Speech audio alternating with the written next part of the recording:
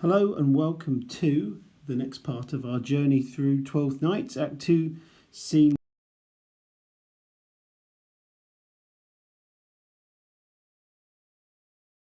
2. I've sort of jumped ahead of myself and here we are, and I've also forgotten to highlight, hang on, with the magic of the internet. There we go. There you go, Act 2, Scene 2. So without further ado, let's jump into it, but don't forget to like, subscribe, notification bell, watch my other videos, etc, etc. You know all that good stuff. So let's carry on. So it's another pretty short scene actually, but we've got Viola and Malvolio, and remember that we've got Olivia has sent Malvolio in pursuit of Viola, and it always gets really complicated doing these summaries. Viola obviously has been adopting the disguise of Cesario, and Olivia has fallen in love with who she thinks is a man, Cesario, who's actually a woman, who is working for the Count or Duke Orsino, who is in love with Olivia himself, and he sent her to pass his messages on. Anyway, yeah, it's confusing. This play, it's not so much a love triangle, it's more a love knot or tangle. Anyway, sorry about the strange noises outside. But anyway, it's the wind blowing. Anyway, so again, we've got Shakespeare starting in the middle of things, media res again at the start of the scene. Malvolio has pursued Viola, who he also thinks is Cesario as well. And she returns this ring to you, sir. Now, you may remember, of course, that this is actually more artifice, as in more cunning, more deceit from Olivia. This is kind of nice deceit. She's not trying to be horrible about it, but this is an excuse to get Cesario to return to her. So she's pretended that Cesario has thrown a ring at her, or given her a ring, and she'd refused it, and Olivia had refused the ring. So it actually then fits in with this whole theme of deceit. Disguise is part of that in itself, but look out for other characters doing similar things. So we have, one more thing, you never be so hardy to come again in his affairs, unless it be so to report your lord's taking of this. So again, with the idea of looking at a sense of pragmatics as an implication, the implied meaning here. The audience, again, is a sense of dramatic irony as well, because the audience know that Viola didn't leave this ring, and also the audience are privy to the information that Olivia is in love with Cesario. And this is just an excuse to get him to come back. Or I say him, the perceived him to come back. She took the ring of me, I'll none of it.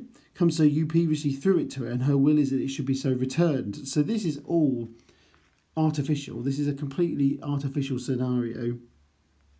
If it be worth stooping for, there it lies in your eye. If not, be it his that finds it. So Malvolio leaves, thinking he is doing his mistress's bidding, but the whole scenario that he's been told isn't actually real at all.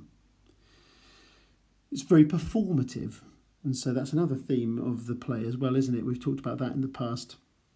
So Viola has an important soliloquy here, and we've said about soliloquies before. I think you probably know what soliloquies are, but it's always worth mentioning it. We can take what the character says at total face value. Viola is essentially, or Shakespeare's got Viola articulating her inner thoughts for the benefit of the audience. It's not quite the same as a monologue, because a monologue can be delivered with other characters on the stage. A monologue can be still delivered to an audience, but a character may not actually be telling the truth in a monologue. So a soliloquy is different. It's part of the conventions of the theatre of Shakespeare's time.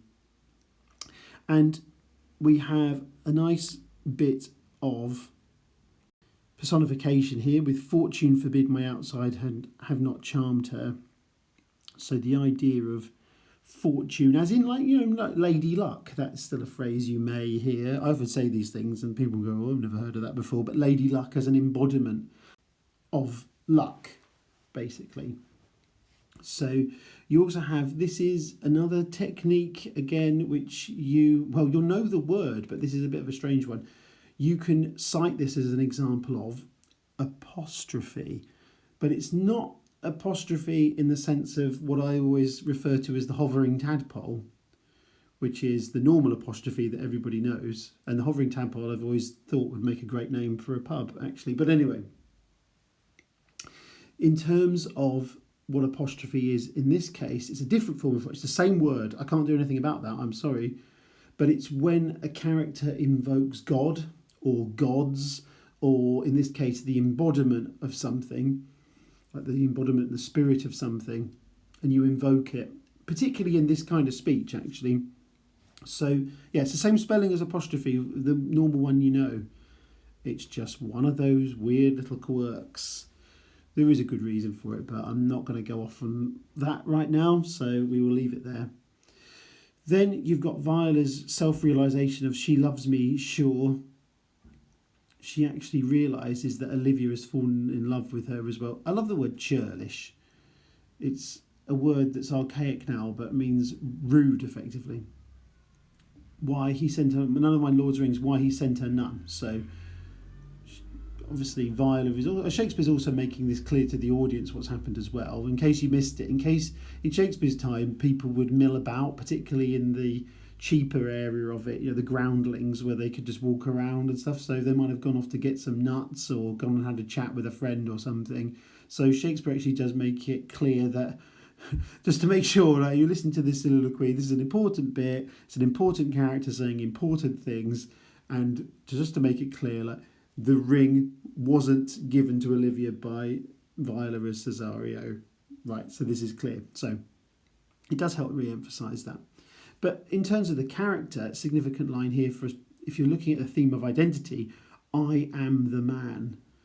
So Viola realises that her masculine identity has been completely accepted, completely believed, completely credible in all of these aspects, and so much so that Olivia has fallen in love with who she thinks is Cesario. And you can really unpack this. You can go. It might depend on how different productions portray Viola as Cesario.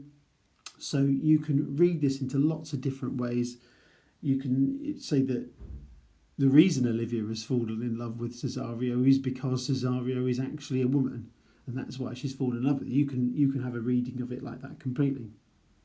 It also would connect to Antonio's love for Sebastian, we talked about in the previous scene as well, which again, it's all open to interpretation. This is why it's so much fun, and what's even better is you're allowed to have your own opinion. You don't have to agree with everything that I'm saying, and I don't even expect you to. I don't want you to. Sounds rude now, doesn't it? Anyway, let's carry on. Then I am the man, great line. She were better love a dream. This is even better. Disguise, I see that art of wickedness, wherein the pregnant enemy does so much.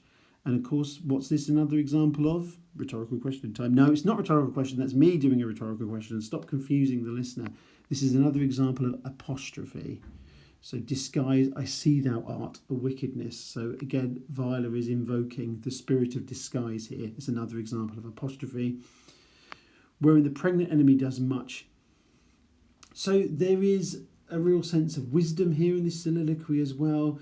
Viola as a character has a heightened awareness of gender. Her experience of living as a man and being perceived as a man, and obviously living as a woman and being perceived as a woman, she's got a heightened awareness. And if you do classics, it reminds me of the legend of Tiresias, and who was a gender switching character, mythological figure who gained great wisdom because Tiresias lived both as a man and as a woman, and therefore understood human nature better as a result.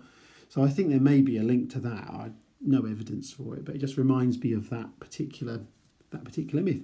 Look it up; it's interesting. Anyway, there is a lot more to it than I'm saying right now. Also, Viola realises that, wow, it's really easy, isn't it, for men who want to deceive women. It's actually really easy. How easy it is for the proper force in women's waxen hearts to set their forms. It's a nice metaphor. So the idea about wax being malleable and something easy to shape, like women's hearts as something that's easy to shape. So the idea of being able to mould it.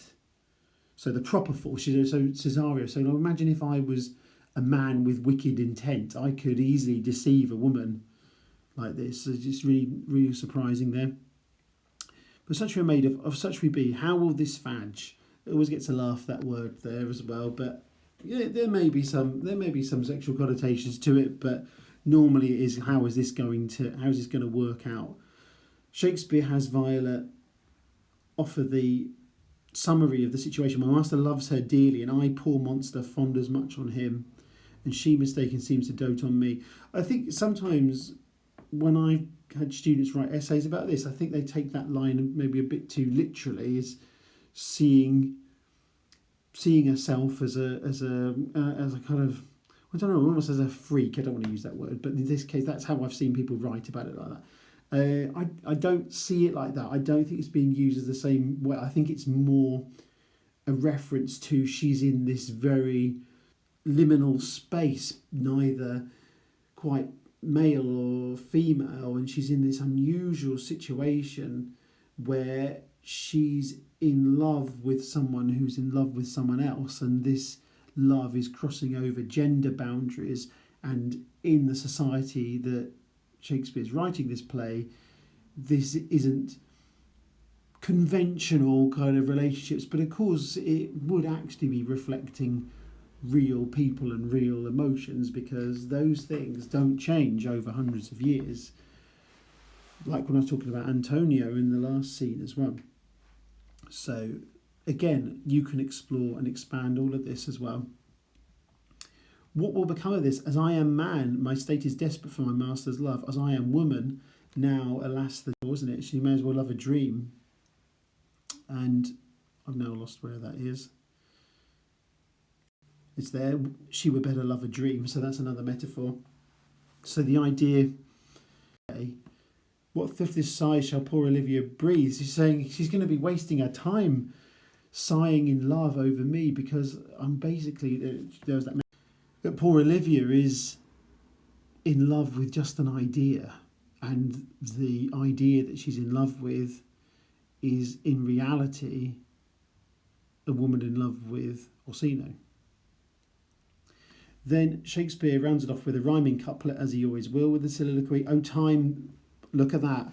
Oh look, more apostrophe here as well. Look, oh time, the embodiment of time being capitalised there. See, that's your clue. Thou must untangle this, not I. It is too hard a knot for me to untie. So that's a nice metaphor there of this effectively being, I think I said at the start, didn't I? I said it was like not a love triangle, it's more like a love tangle. It's a love tangle, very complicated, and it's actually going to get more complicated. Lots of different complicated elements all combining together here to really add to the themes of the play. So anyway, it's only a short one, that one. Thank you for listening. Like, comment, subscribe, comments. Hope you enjoyed the rest. And have a great day or night, whatever you're doing. Thank you. Goodbye.